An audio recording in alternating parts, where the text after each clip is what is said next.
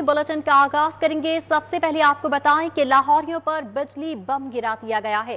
नेपरा ने बिजली की कीमत में ₹4.74 फी यूनिट इजाफा कर दिया। कीमत फ्यूल प्राइस एडजस्टमेंट की मद में बढ़ाई गई है। अक्टूबर की फ्यूल प्राइस एडजस्टमेंट दिसंबर के बिलों में वसूल होगी। सार्फिन पर 60 अरब रुपए का बोझ पड़ेगा। उधर नून लीग की रहनुमा अनीसा फातिमा ने बिजली की कीमत में इजाफे के खिलाफ पंजाब असेंबली में करारदाद जमा करा दी।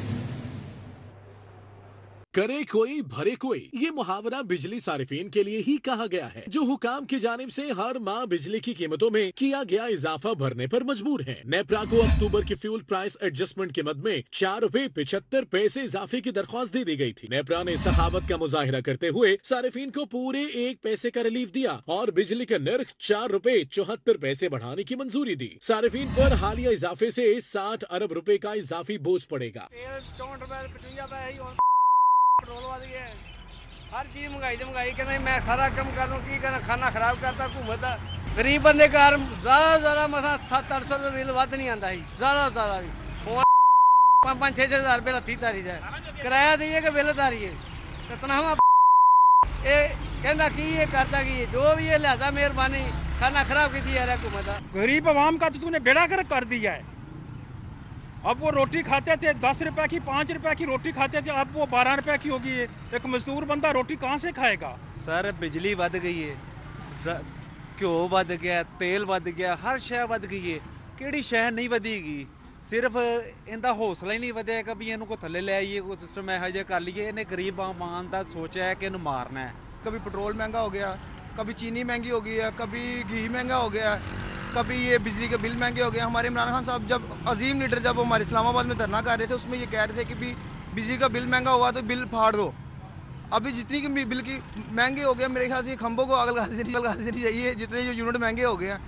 शहरियों का कहना है कि हुक्मरान हर माह 2 मरतबा पेट्रोलियम मसनूआत महंगी करते हैं और बाद में इसको बुनियाद बनाकर नर्ख बढ़ा देते हैं। उन्होंने सवाल उठाया कि महंगाई की 2 धारी तलवार में इन्हें कब रिलीफ मिलेगा। डॉलर की ऊंची उड़ान ने हर चीज महंगी कर दी है, मगर उसके बावजूद डॉलर की कीमत है जो कि कम होने का नाम नहीं ले रही, मुसलसल बढ़ती चली जा रही है। इंटरबैंक में डॉलर 39 पैसे महंगा हुआ। कीमत ₹177.61 से बढ़कर 178 तक जा पहुंची। 7 माह में डॉलर ₹25.72 महंगा हो चुका है। इंटरबैंक में डॉलर 39 पैसे महंगा कर दिया गया। नई कीमत ₹178 तक जा पहुंची। फ़ज़ाई आलूदगी के हवाले से बात की जाए तो लाहौर फ़ज़ाई आलूदगी की ज़द में है। सांस लेना मुहाल हो चुका है। लाहौर दुनिया भर में आज भी आलूदा तरीन तस्वुर किया जा रहा है। एयर क्वालिटी इंडेक्स 320 रिकॉर्ड किया गया। टाउनशिप सेक्टर 2 में air quality index 278, town hall के एतराफ 251, नेशनल हॉकी स्टेडियम के एतराफ 324 रिकॉर्ड। लेक सिटी में Bajaria mobile van air quality index 334 record किया गया है। फ़ज़ाई आलूदगी है कि बढ़ती ही चली जा रही है। लाहौर दुनिया भर में आलूदा तरीन शहरों की फहरिस्त में नंबर 1 तस्वुर किया जा रहा है। कोमल असलम हमारे साथ मौजूद है, उनसे इस हवाले से जान लेते हैं। जी कोमल असलम, आगाह कीजिएगा, महकमा मौसमियात का इस हवाले से क्या कहना है? क्या आने वाले दिनों में फ़ज़ाई आलूदगी में कमी आएगी? आज भी स्मोक की लपेट में है। बढ़ती हुई स्मोक ने शहरियों के लिए परेशानियों में इजाफा कर दिया है। बागों का शहर जो कि बागों के नाम से मशहूर था, अब उसको आलूदा तरीन शहर कहने पर मजबूर हो गए हैं। आलूदगी में जो है शहर लाहौर फहरिस्त में जो है वो पहले नंबर पर है। मैं बात करूं आज लाहौर के क्वालिटी इंडेक्स के हवाले से, तो आज शहर लाहौर का क्वालिटी इंडेक्स जो है वो 320 रिकॉर्ड किया गया है। रूटीन में कि ये होता है कि जैसे ही जो है एयर क्वालिटी इंडेक्स 100 से तजावुज़ करता है तो इंसानी सेहत के लिए मुज़र साबित होता है। लेकिन रोज़ बरोज़ एयर क्वालिटी इंडेक्स जो कभी 400, कभी 450, कभी 500 भी रिकॉर्ड किया जा रहा है, जो कि इंसानी सेहत के लिए बहुत ज़्यादा ख़तरनाक है। इसलिए शहरों को हिदायत की जाती है घरों से निकलते वक्त मास्क का इस्तेमाल लाजमी बनाएं। माहिरीन की जानिब से बार बार शहरों को ये ताकीद की जा रही है। लाहौर के मौसम के हवाले से बात कर ली जाए तो मौसम जो है वो कदरे बेहतर है। सर्दी है और खुनकी में भी काफ़ी ज़्यादा इजाफा रिकॉर्ड किया जा रहा है। दर्जा हरारत इस वक्त थोड़ा सा बढ़ गया है क्योंकि सूरज ने आंखें दिखाई हुई हैं। दर्जा हरारत इस वक्त जो है वो 16 डिग्री सेंटीग्रेड रिकॉर्ड किया जा रहा है।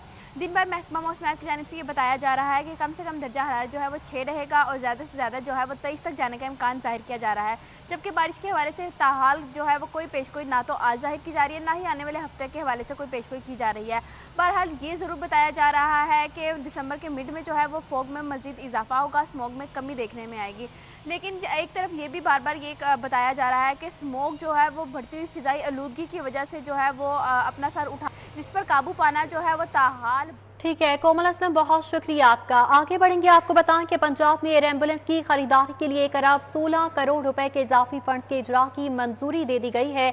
स्टैंडिंग कैबिनेट कमेटी बराए खजाना ने एयर एम्बुलेंस सर्विस का बजट 50 करोड़ से बढ़ाकर 1 अरब 16 करोड़ तक कर दिया है। इस हवाले से मजीद डिटेल्स अली रामे से जान लेते हैं। जी अली रामे, आगाह कीजिएगा, बजट किस तरह से बढ़ गया?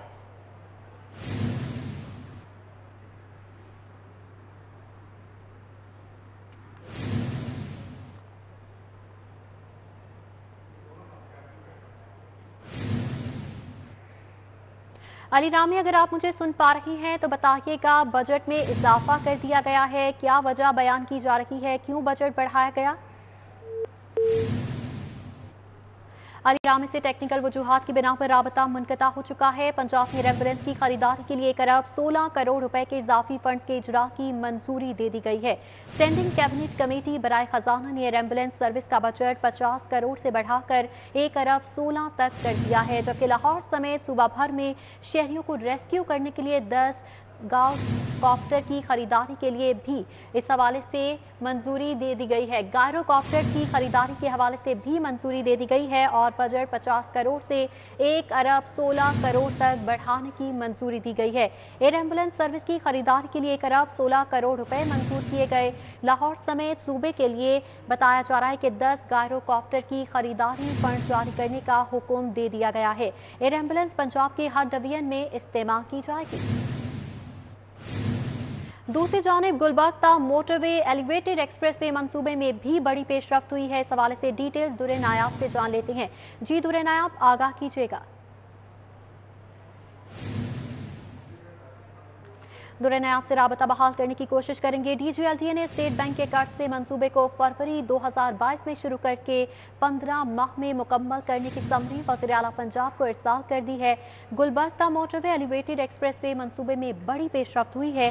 DGLTA ने स्टेट बैंक के कर्ज से मंसूबे को फरवरी 2022 में शुरू करके 15 माह में मुकम्मल करने की समरी वज़ीर आला पंजाब को इरसाल की है। डिटेल्स दुरे नायाब से जान लेते हैं। जी दुरे नायाब, आगाह कीजिएगा, समरी का मतन क्या है?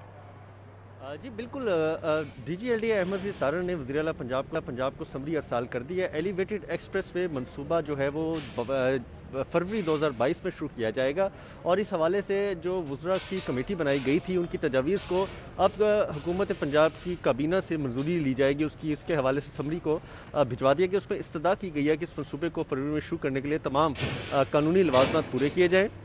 इस हवाले से मंसूबे के लिए जो लोन लिया जा रहा है 35 अरब स्टेट बैंक से लोन लिया जाएगा, 10 अरब ADP के ज़रिए पंजाब हुकूमत देगी, जबकि 5 अरब जो है वो LDA चिप इन करेगा, उसकी मंजूरी ली गई है। इसके साथ साथ इस मंसूबे से एडवर्टाइजिंग के ज़रिए जो कमाई हासिल की जाएगी रेवेन्यू बढ़ाने के लिए, उसकी तजावीज़ भी शामिल की गई हैं। हर गाड़ी से 100 रुपये की बजाय 50 रुपये टोल लेने की तजवीज़ दी गई है। 20 साल के लिए ये कर्ज़ होगा और कर्ज़ को टोल की मद में हुकूमत पंजाब और LDA शेयरिंग की बुनियाद पर लेगा और इससे कर्ज अदा करेगा। इस मंसूबे को इंतहाई ज़रूरी है शुरू किया जाना। समरी में ये भी कहा गया है कि मंसूबा फरवरी 2022 में स्टार्ट होगा, 15 माह में उसको मुकम्मल किया जाएगा अगर ये टाइमलाइन फॉलो की जाती है। वज़ीर आला से फौरी तौर पर इस मंसूबे की मंजूरी इजाज़त तलब की गई है और इजाज़त तलब की गई है। दुरे नायाब, बहुत शुक्रिया आपका। Commissioner Lahore captain retired Mohammad Usman का लाहू गोल चक्कर मंसूबे का दौरा। कमिश्नर लाहौर ने ख़याबानी फिरदौसी सिग्नल फ्री मंसूबे का जायजा लिया। प्रोजेक्ट डायरेक्टर इकरार कुरैशी, उस्मान नज़र भी मौके पर मौजूद थे। डायरेक्टर हाउसिंग 7 सिप्तेन रजा कुरैशी भी इस मौके पर मौजूद रहे। हायर एजुकेशन कमीशन का MPhil और PhD में दाखिलों के लिए शराइत में इजाफा। एडहॉक, डेपुटेशन और विजिटिंग फैकल्टी की बुनियाद पर MPhil और PhD शुरू करने पर पाबंदी आयद कर दी गई है। मज़ीद तफसीलात अकमल सोमरू से जान लेती हैं। जी अकमल सोमरू, बताइएगा किन किन शराइत पर अमल करना होगा? ये फैसला इसलिए किया गया है कि हायर एजुकेशन कमीशन MPhil और PhD की डिग्रियों की क्वालिटी को बरकरार रखना चाहता है और हायर एजुकेशन कमीशन ने बिल्कुल ये वाज़ेह कर दिया है कि किसी भी कॉलेज और यूनिवर्सिटी को MPhil और PhD में दाखिलों की इजाज़त नहीं होगी अगर उनके पास मुतलका मजमून में मुस्तकिल PhD असातिज़ा नहीं है। इसके लिए हायर एजुकेशन कमीशन ने यह भी वाज़ेह कर दिया है कि डेपुटेशन पर आने वाले, एडहाक पर एडजंक्ट फैकल्टी की कैटेगरीज के तहत, और हायर एजुकेशन कमीशन पाकिस्तान का जो इंटरम प्लेसमेंट पीएचडी प्रोग्राम के तहत आर्जी असातिज़ा तैनात किए जाते हैं, इनकी मौजूदगी में भी पीएचडी और एमफिल डिग्री शुरू करने की इजाज़त नहीं होगी। और सिर्फ मुतलका मजमून में अगर पीएचडी की डिग्री शुरू करनी है तो उसके लिए 3 मुस्तकिल पीएचडी असातिज़ा, जबकि एमफिल की डिग्री के लिए 2 मुस्तकिल पीएचडी असातिज़ा का होना लाजमी करार दिया गया है। इस तरह जो डेपुटेशन पर असातिज़ा आएंगे यूनिवर्सिटी में या कॉलेज में, उनकी मौजूदगी में भी इस बात की इजाज़त नहीं होगी कि एमफिल और पीएचडी की डिग्री शुरू करें। ठीक है अकमल सोमरू, आप हमारे साथ ही मौजूद रहिएगा। लाहौर एलडीए मेट्रोपॉलिटन और जिला इंतजामिया वॉल सिटी की कारकर्दगी पर बड़ा सवालिया निशान है। डीजी एंटी करप्शन का लाहौर की 70% तामीरात गैर कानूनी होने का इंकशाफ। लाहौर का 70% हिस्सा कमर्शलाइजेशन मंजूर के बगैर तामीर किया जा रहा है, जबकि गैर कानूनी तामीरात रोकने के लिए लाएमल तैयार करना होगा। डीजी एंटी करप्शन का इस हवाले से मजीद क्या कहना था, आपको सुनवाते हैं। लाहौर है, मेरा ख्याल है कि 70% लाहौर इल्लीगल बना हुआ है। कमर्शलाइजेशन या अप्रूवल्स जो हैं वो नहीं हैं। उनके अगेंस्ट जो है वो क्या लायामल बनाना चाहिए, क्या इसको क्रिमिनली हैंडल किया जाए या इसको जो है वो एडमिनिस्ट्रेटिवली हैंडल किया जाए। This is a big question mark.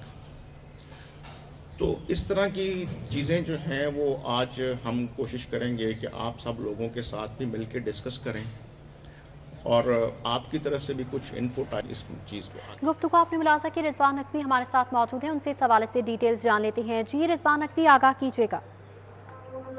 Ji Ayesha, DG anti corruption Punjab Mohammad Gohar Nafees ने एंटी करप्शन हेडक्वार्टर में मुनक़दा तकरीब से खिताब करते हुए ये इंकशाफ किया है कि लाहौर में 70% तामीरात गैर कानूनी हैं। उन्होंने मजीद कहा है कि लाहौर का 70% हिस्सा जो है ये कमर्शलाइजेशन और मंजूरी के बगैर तामीर किया गया है, और इतनी बड़ी गैर कानूनी तामीरात के मसला पे DG anti corruption Mohammad Gohar Nafees का कहना है कि लाहे अमल तैयार करने की जरूरत है और लाहौर के गैर कानूनी तामीरात को उनका कहना है कि क्रिमिनली देखा जाए या एडमिनिस्ट्रेटिवली इस मसले को हल किया जाए। ये मामला जो है नहायत संजीदा है और ये मामला नहायत गौर तलब है। डीजी एंटी करप्शन इस हवाले से एंटी करप्शन हेडक्वार्टर में एंटी करप्शन के आलमी दिन की मुनासबत से तकरीब में खिताब कर रहे थे और वहाँ पे उन्होंने ये इंकशाफ किया कि लाहौर में जो तामीरात से मुतल्लिक एंटी करप्शन में एप्लीकेशंस आती हैं या फिर जो दीगर मुख्तलिफ ज़राए से आदाद व शुमार इकट्ठे किए जाते हैं, उनके मुताबिक लाहौर का 70% से ज़ायद हिस्सा जो है ये गैर कानूनी तौर पे कमर्शलाइजेशन फीसों की अदायगी के बगैर और मंजूरी के बगैर तामीर किया गया है। उन्होंने इस मामले को नहायत संजीदा और गौर तलब करार दिया है। जी, संजीदा और गौर तलब मामले को करार दे दिया गया है। रिजवान नकवी, बहुत शुक्रिया आपका। गैस जनरेटर से बिजली बनाने वाली टेक्सटाइल इंडस्ट्री मालिकान के लिए अच्छी खबर है। मिल्स में बिजली बनाने के लिए इस्तेमाल होने वाली गैस के बिल्स में इजाफा ताहुक्म सानी रोक दिया गया है। हाईकोर्ट का हुक्म इम्तनाई जारी। विफाक और ओगरा और इसके साथ साथ दीगर फरीकैन को नोटिस जारी करते हुए जवाब तलब कर लिया गया है। जस्टिस आबिद अजीज शेख ने ईस्टर्न स्पिंग समेत 19 टेक्सटाइल मिल्स की दरख्वास्त पर समाअत की है। गैस जनरेटर से बिजली बनाने वाली टेक्सटाइल इंडस्ट्री मालिकान के लिए अच्छी खबर है। मिल्स में बिजली बनाने के लिए इस्तेमाल होने वाले गैस के बिल्स में इजाफा ताहुक्म सानी रोक दिया गया है। मजीद क्या अहकाम जारी किए गए हैं, मलिक अशरफ से जान लेते हैं। जी मलिक अशरफ। जी बिल्कुल, आज लाहौर हाई कोर्ट में गैस के जरिए बिजली पैदा करने वाले जो इंडस्ट्रियल यूनिट्स हैं उनके गैस के बिलों में इजाफे के इक़दाम को लाहौर हाई कोर्ट में चैलेंज किया गया है और अदालत ने इन गैस यूनिट्स जो हैं गैस के जरिए बिजली पैदा करने वाले जो गैस बिल हैं उन पर अमल दरामद रोक दिया है और अदालत ने वफाकी हुकूमत में दीगर को नोटिस जारी करते हुए जवाब तलब किया है। जस्टिस आबिद शेख की अदालत में 19 ये टेक्सटाइल मिले हैं जिन्होंने गैस के बिलों के इक़दाम को चैलेंज किया था और उनका मौक़िफ़ ये था कि हुकूमत ने 31 नवंबर को नोटिफिकेशन जारी किया है जिसके जरिए LNG गैस के बिलों में इजाफे जो है उसका 6.5% से पर डॉलर से बढ़ाकर $9 किया गया है। तो उनका ये कहना था कि ये दरख्वास्त गुजार हैं, ये तमाम तर गैस के जनरेटर के जरिए ये बिजली पैदा करते हैं और बिजली जो है वो सिर्फ इंडस्ट्रियल यूनिट्स में इस्तेमाल होती है, बिजली को दूसरी जगह फरोख्त नहीं किया जाता, तो इसका इतलाक उन पर नहीं होता। तो अदालत ने ये सजा की गई थी कि गैस जनरेटर्स के जरिए बिजली पैदा करने वाले जो गैस के मीटर्स हैं। ठीक है मलिक अशरफ, बहुत शुक्रिया आपका।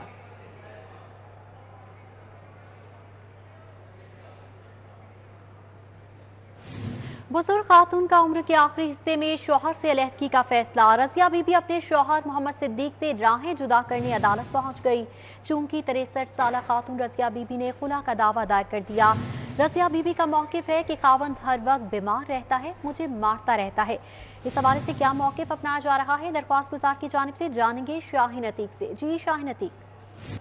जी, अगर किसी को किसी से मोहब्बत हो जाए तो वो उस मोहब्बत की खातिर हर किस्म की कुर्बानी देने के लिए जो है वो तैयार हो जाता है। यहाँ पर एक फैमिली सिविल जज साहिरा बानो की अदालत में चूँकि एक खातून रजिया बीबी का जो है वो खुला का दावा जो है यहाँ दायर किया गया। रजिया बीबी की उम्र 63 साल है। इसको किसी शख्स के साथ जो है वो मोहब्बत हो गई और अब वो अपने खामिन को जो है वो छोड़ने के लिए और अपने 5 बच्चों को छोड़ने के लिए तैयार हो गई है। ये दावा जो है ये वसीम राजपूत एडवोकेट ने अदालत में दायर किया है। मेरे पास यहाँ पर वसीम राजपूत मौजूद है, उनसे हम इस हवाले से बात करें। वसीम साहब, ये अनोखा केस है, 63 साल उम्र है और इश्क भी हो गया, बच्चे भी छोड़ रही है, क्या कौन सा दावा दायर कर दिया आपने? बिस्मिल्लाहिर्रहमानिर्रहीम। इसमें खुला का दावा फाइल किया। बीबी कहती जी मुझे मेरे बंदे पे, इससे पहले मेरा हस्बैंड था उससे नफरत हो गई थी, मुझे तशद्दुद करता, मैं दूसरे से शादी की, ये भी उसी तरह रहा। इसमें से मेरे 5 बच्चे हैं और मैं इस वक्त अपनी नानी भी हूँ, मैं दादी भी हूँ और मुझे एक